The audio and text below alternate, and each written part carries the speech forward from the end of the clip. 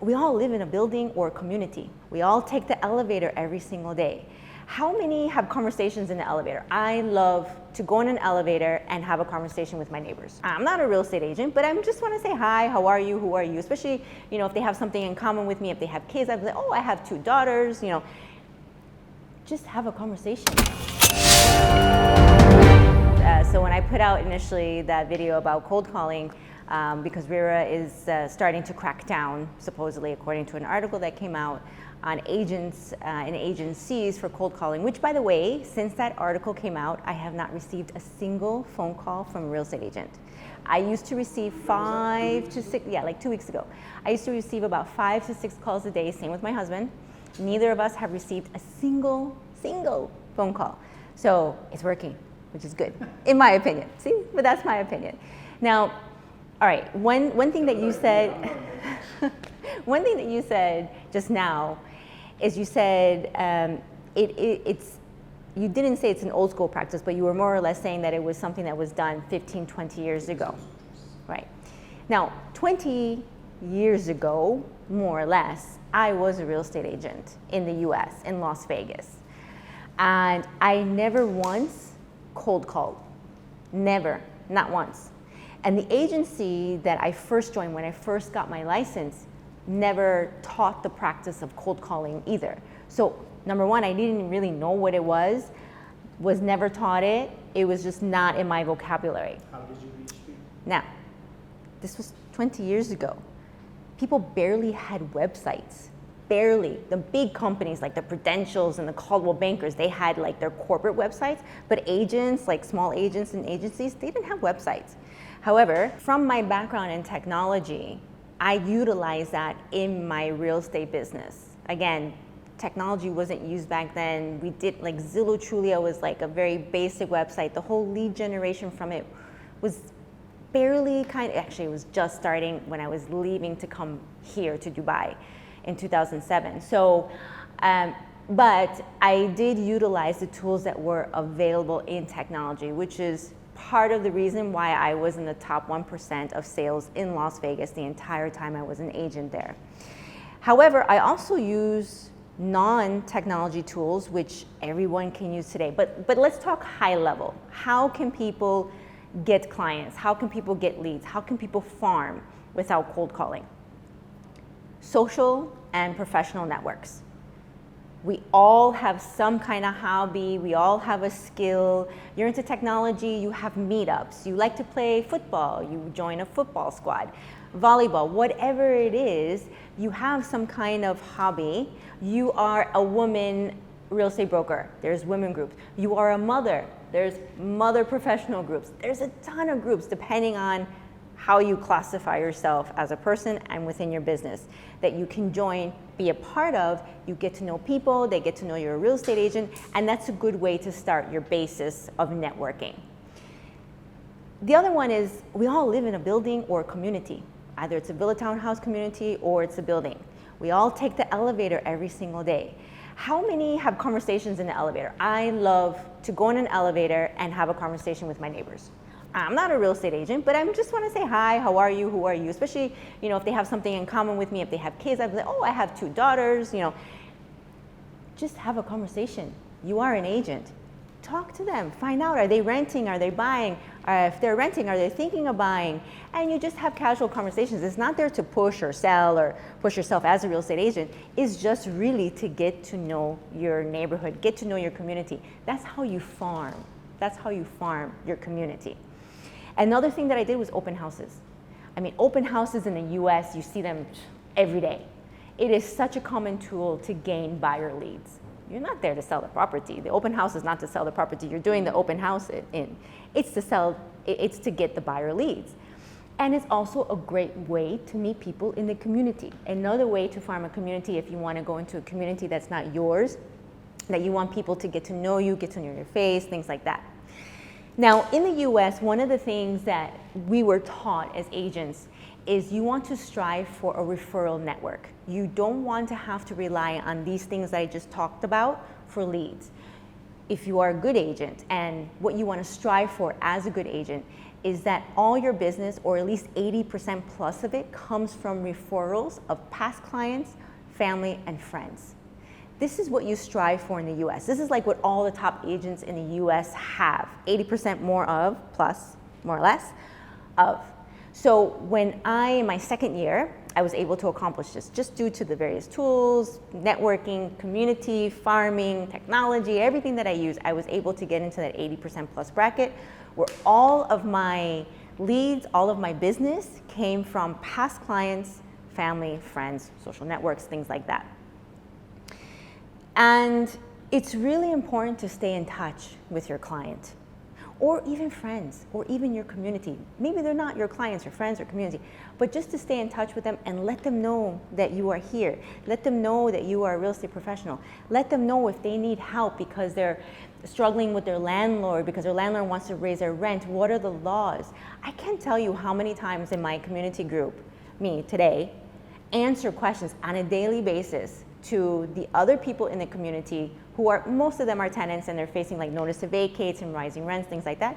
And I just answer them, give them help, I guide them to where they need to go. I send them the PDF to all the laws for RERA. And they're extremely thankful. Now, I'm not an agent, I'm not farming for leads. I'm just helping because I have the knowledge and I just want to help people. But as an agent, always be top of mind for your clients, right? So in my other video, I talked about me, the client, being top of mind for an agent. Reverse that. And you as the agent be top of mind for your clients. How do you do that? Very simple, basic things.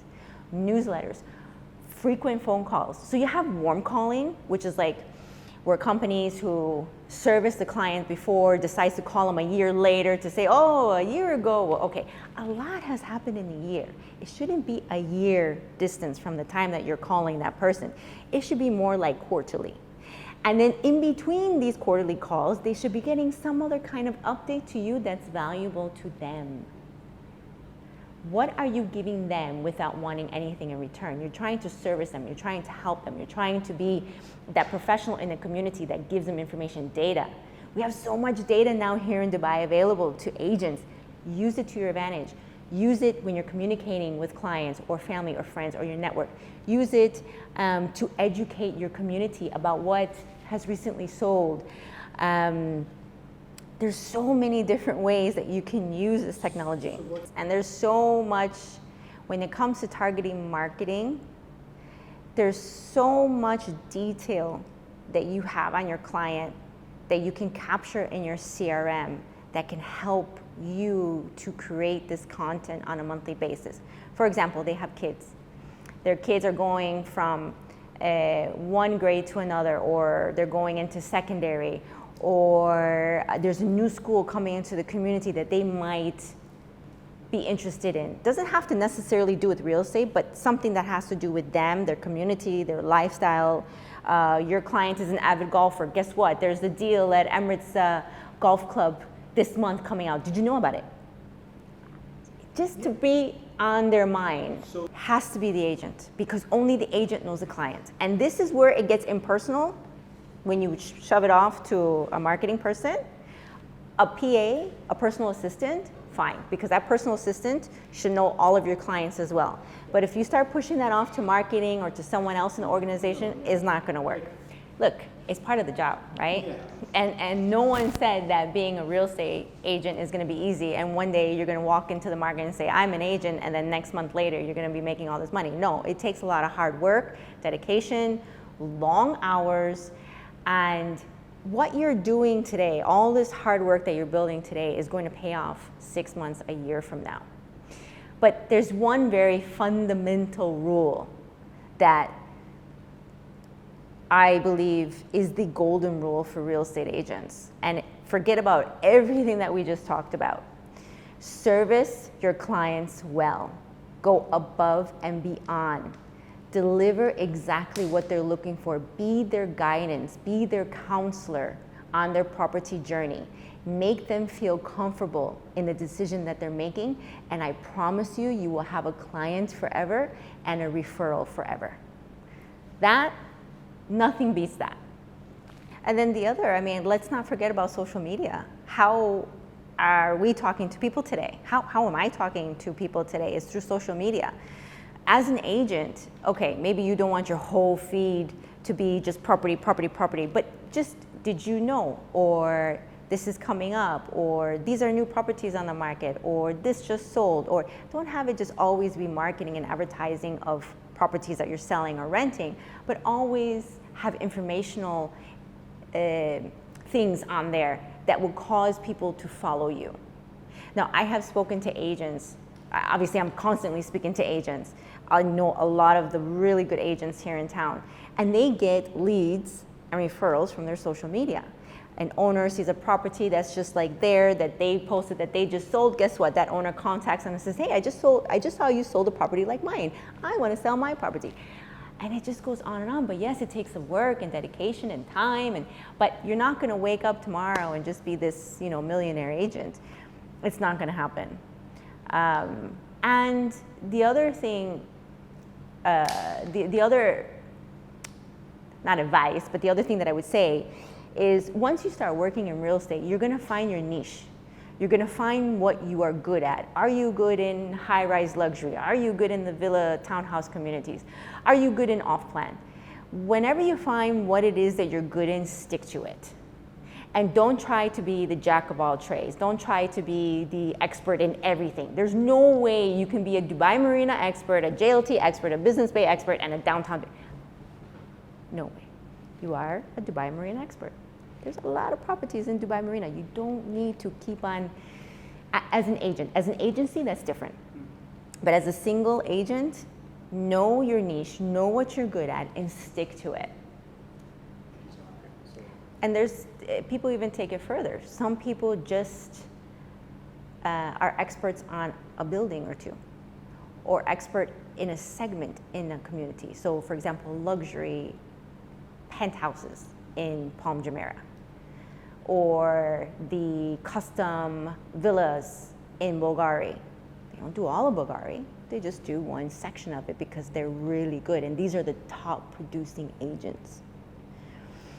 So there's something to be said about that, and there's something, when you look at the top producing agents in the most reputable companies, there's a reason for it. There's a reason why they are in the top companies, the most reputable, and there is a reason why they are the top agents. So you as an agent, you're not there by yourself here in Dubai. Your company should give you the tools and the resources that you need to be successful. They train you, they give you the leads from the portals, whatever other tools that they give you, use it, utilize it to become the best in your group, in your team, and then you just grow from there. That's very important. I had a lot of questions from agents when this whole cold calling thing came out, asking, I don't have any tools, my company doesn't train me. Well, maybe you should think about a company who has high standards, is the most reputable in the market, or one of the most reputable in the market. Because the training that you get and the teams that you'll be a part of, and that on-the-job experience you get, you can't teach that yourself. And that's really, really important. And the other thing, and I don't know, honestly, I don't know how common this is here, but in the US it was very common.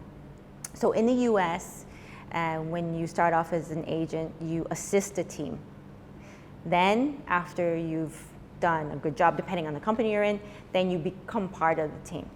And after you become part of the team for years of running a good team, then you become your own individual broker, you build a team under you, and blah, blah, blah. And part of that, when you graduate to being your own broker, then you have your team under you, is mentoring. I don't know, honestly, I know the top agents, and I know they're always open to speak to other agents and give advice and things like that, but I really don't know how far the mentoring works here in Dubai with agents.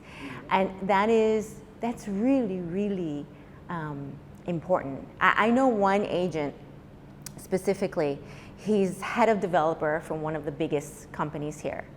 And he's so good at his job, and he's so good at what he's done. And I saw him from the very beginning just rise through the rankings. And now he's running a pretty decent sized team that he built from scratch, and he's mentoring them. He's teaching them the tricks of the trade. these people in his team is getting an education they will not get anywhere else in the city. So these are the things that you need to look at and look for as a real estate agent.